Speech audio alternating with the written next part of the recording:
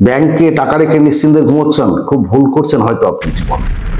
টাকার ভ্যালু আর মানুষের সৌন্দর্য, এই দুটোর মধ্যে কিন্তু গভীর মিল রয়েছে। এই দুটোর ভ্যালু কিন্তু সারা জীবন কখনো এক থাকে না। টাকার ভ্যালু কিন্তু ডিপেন্ড করে মুদ্রাস্ফীতির উপরে, অর্থাৎ আজকে যে জিনিসের মূল্য 2 টাকা, আগামী দিনে সেই জিনিসের মূল্য কিন্তু 200 টাকা হতে বেশিক্ষণ সময় নেবে না। তাই আপনাকে যুগের সঙ্গে তাল মিলিয়ে আপনাকে যদি টাকার ভ্যালু না বাড়াতে পারেন, টাকা যদি আপনার বিছানার তলায় বা বালিশের তলায় বা বাক্সে বন্দি থাকে, তার মানে টাকা ঘুমিয়ে থাকছে। আর টাকা ঘুমিয়ে থাকা মানেই আপনার জন্য আগামী দিনে আরো বিপজ্জনক একটা সময় আসতে চলেছে। তাই আপনাকে চেষ্টা করতে হবে আগামীতে এমন এমন জায়গায় সেভিংস করার, যাতে করে আপনার টাকা থেকে টাকা আসে। টাকা থেকে টাকা যদি তৈরি করতে না পারেন, তাহলে টাকার কিন্তু কোনো ভ্যালু থাকে না।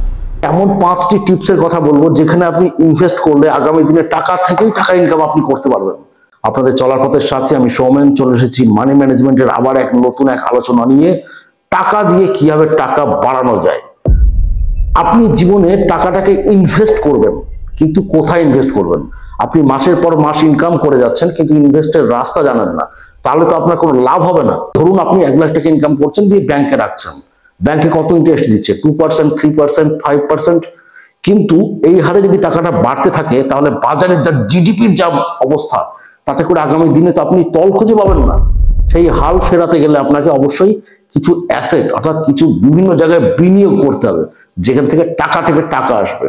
প্রথম যেটা বিনিয়োগ বলবো, সেটা হচ্ছে আপনার রিয়েল এস্টেট, অর্থাৎ জমি, বাড়ি, জায়গা, এই সমস্ত কেনা বেচা। আপনি যেখানেই বাস করুন, শহরে বা গ্রামে, আপনার আশেপাশে যে কোনো দেখবেন বাড়ি বিক্রি হচ্ছে পুরনো, অথবা পুরনো জায়গা বিক্রি হচ্ছে, বা জমি বিক্রি হচ্ছে। তো আপনি যেটা আপনার পছন্দ বা যেটা আপনার বাজেটের মধ্যে, আপনি সেটাকেই কেনার চেষ্টা করুন। জানবেন এটার মূল্য আগামী দিনে বৃদ্ধি পাবে, এবং এটা থেকে আপনার কখনোই লস হওয়ার চান্স নেই বললেই চলে। এরপরে বলবো mutual fund ETF. Mutual fund ETF হচ্ছে বর্তমানে সোনার ডিম পাড়া হাঁস। বুঝতে পারছেন মানে কতটা পপুলারিটি এবং কত বেশি মুনাফা দিচ্ছে এতে? অনেকেই বলবে যে মিউচুয়াল ফান্ড তো খুব রিস্কি জিনিস স্যার। অবশ্যই মিউচুয়াল ফান্ড অবশ্যই রিস্কি জিনিস, যদি আপনি না জেনে ইনভেস্ট করেন। আপনি মিউচুয়াল ফান্ডে ইনভেস্ট করার আগে অবশ্যই 100 বার ভাববেন, তার সম্পর্কে জানবেন, বুঝবেন নিজে। তারপর কোনটা ভালো খারাপ নিজে বিবেচনা করে সেখানে ইনভেস্ট করবেন। প্রচুর কোম্পানি রয়েছে যারা প্রচুর মুনাফা দেবে বলে মার্কেটে লঞ্চ করছে। আপনি যদি সেখানে লঞ্চ করেন লোভে পড়ে, তাহলে তো সেটা ডুববেই নৌকা। আপনি রিসার্চ করুন এটা নিয়ে, দেখুন কোম্পানি হিস্ট্রি কি বলছে। যে কোম্পানি 10 বছর বা 20 বছর ধরে সমানে মার্কেটিং করে যাচ্ছে, আপনি চেষ্টা করুন সেই সব কোম্পানিতে ইনভেস্ট করার। বড় বড় মাল্টিন্যাশনাল কোম্পানি রয়েছে যারা দীর্ঘদিন ধরে কাজ করছে, তারা কিন্তু আপনাকে প্রচুর প্রফিট দেবে, এটা কথা তারা কখনোই বলে না। তো আপনাকে সেই হিসেবগুলো আপনাকে বুঝতে হবে। সমস্ত কোম্পানির তালিকা বের করে কোনটা আপনার জন্য পারফেক্ট, সেইটা আপনাকে নিজেকে ঠিক করতে হবে। আপনি এর জন্য এজেন্ট পাবেন, বিভিন্ন অ্যাপস পাবেন, বিভিন্ন বই পাবেন, এবং এটা যদি আপনি দীর্ঘদিন স্টাডি করেন নিজে, 6 মাস, 7 মাস, 1 বছর যদি আগে ইনভেস্ট করার আগে স্টাডি করে নেন ভালো করে, তাহলে ইনভেস্ট করতে আপনার জন্য সুবিধা হবে।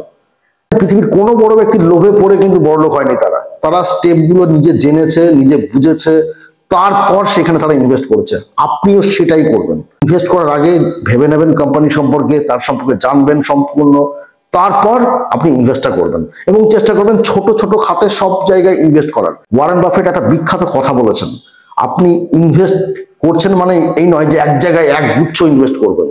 আপনি ছোট ছোট খাতে ইনভেস্ট করুন। ছোট ছোট খাতে ইনভেস্ট করলে আপনার বিভিন্ন দিক থেকে আয়টা আসবে।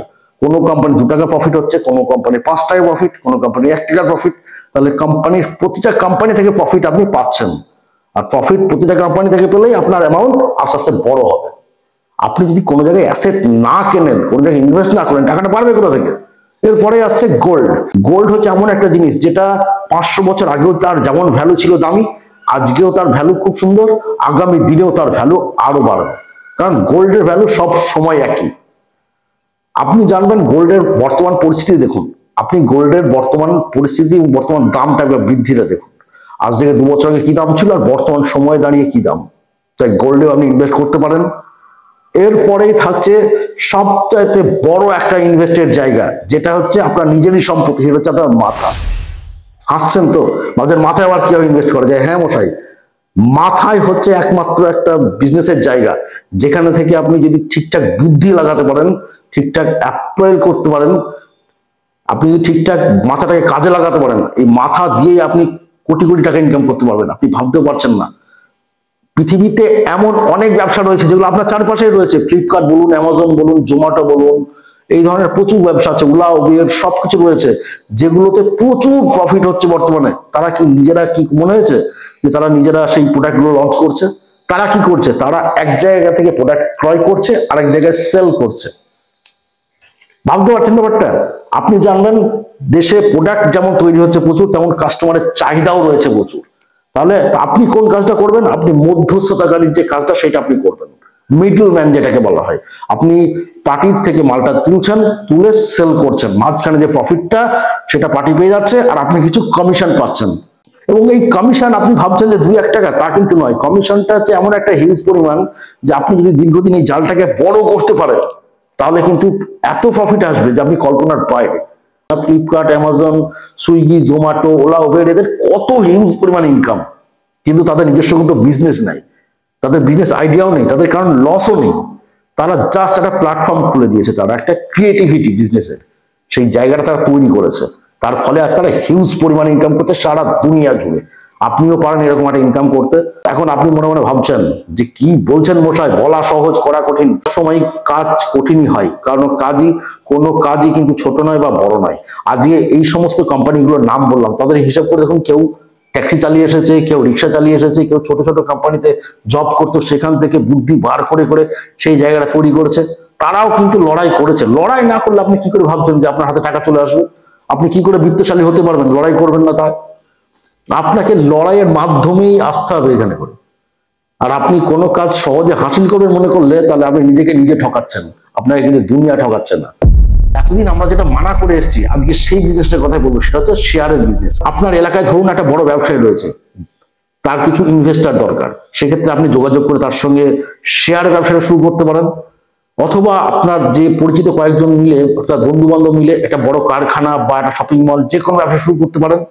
এক্ষেত্রে আপনার ইনভেস্টটাও খুব কম লাগছে, কারণ 4-5 জন মিলে টাকাটা ভাগ হয়ে যাচ্ছে। এই ক্ষেত্রে মূল এবং মেন জিনিস যেটা দরকার, সেটা হচ্ছে কাগজপত্র ঠিক। অর্থাৎ আপনি যে বন্ড সাইন করবেন, চুক্তিপত্র যেটা হবে, সেটা যেন নিখুঁত হয়। মানে কত পার্সেন্ট প্রফিট পাবেন, কত বছরের চুক্তি, সেটা আগে ক্লিয়ারিটি করবেন, তারপর এই কাজে পা দেবেন। জানবেন কাগজপত্র ঠিক না থাকলে এই কাজে কিন্তু চরম রিস্কি, কারণ শেয়ার মানে প্রচুর ঝামেলা হয় একটা সময়। তো সেই ঝামেলা এড়াতে গেলে অবশ্যই আগে চুক্তিবদ্ধ হওয়াটা সবচাইতে বেশি জরুরি। তো আপনি এটার মাধ্যমে প্রচুর ইনকাম করতে পারেন। এখন দেখতেই পাচ্ছেন, এখন অনেকেই পার্টনারশিপে ব্যবসা করছে, বড় বড় কোম্পানি খুলছে, কারখানা খুলছে, করছে। তাহলে আপনি এইভাবে ইনকামটা করতে পারেন। তো আপনার যে সমস্ত টাকাগুলো ব্যাংকে এখনো পর্যন্ত ঘুমোচ্ছে, আপনি কি মনে করছেন যে সেইগুলো যদি সারা বছর এইভাবেই ঘুমোয়, তাহলে আগামী দিন কি আপনি জেগে থাকতে পারবেন? এখন হয়তো আপনার মনে হচ্ছে যে কি গ্যারান্টি মশাই যে এই টাকাটা ইনভেস্ট করলেই বা এখানে অ্যাসেট গুলোতে ইনভেস্ট করলেই আমি এত কিছু ইনকাম করতে পারবো। আচ্ছা আপনি বলুন তো, আপনি যে বেঁচে আছেন এর গ্যারান্টি আছে যে আপনি কালকে বেঁচে থাকবেন? তার যখন গ্যারান্টি নাই, তাহলে আপনি এটা কেন ভাবছেন? আপনাকে রিস্ক যেমন নিজের জীবনের ক্ষেত্রে নিচ্ছেন, নিজের বেঁচে থাকার লড়াই যেমন প্রতিদিন করছেন, তেমন আপনাকে ইনভেস্ট করতে গেলেও আপনাকে বেঁচে কুচে রিস্ক নিয়ে তারপর লড়াই করতে হবে আপনাকে। তাই আজকে যদি আপনি লড়াই না করেন, রিস্ক যদি না নেন, আগামী দিন কিন্তু আপনি ইনকাম করতে পারবেন না। আজকে যে আলোচনাগুলো করলাম, এতে কিন্তু এমন নয় যে আপনার আজকেই বললাম আর কালকে শুরু করবেন। আপনি নিজের উপরে অ্যাপ্লাই করার আগে অবশ্যই যে টিপসটা আপনি নিচ্ছেন, সেই টিপসটাকে 10 বার ভাবুন, সেই ইনভেস্টের জায়গাটাকে 20 বার ভাবুন, তারপর নিজে রিসার্চ করুন, নিজে পরীক্ষা করুন, তারপর সেখানে ইনভেস্ট করে ফেলুন।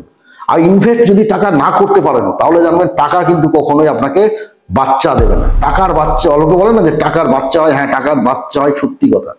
টাকার বাচ্চা তারাই দেখতে পায় যারা টাকাটাকে ইনভেস্ট করে বিভিন্ন খাতে। তো আপনি যদি বিভিন্ন খাতে ইনভেস্ট না করে শুধুমাত্র ব্যাংকে রাখার চেষ্টা করেন, তাতে করে টাকা ঘুমিয়েই থাকবে, আপনার কিন্তু টাকা হাঁটবে না।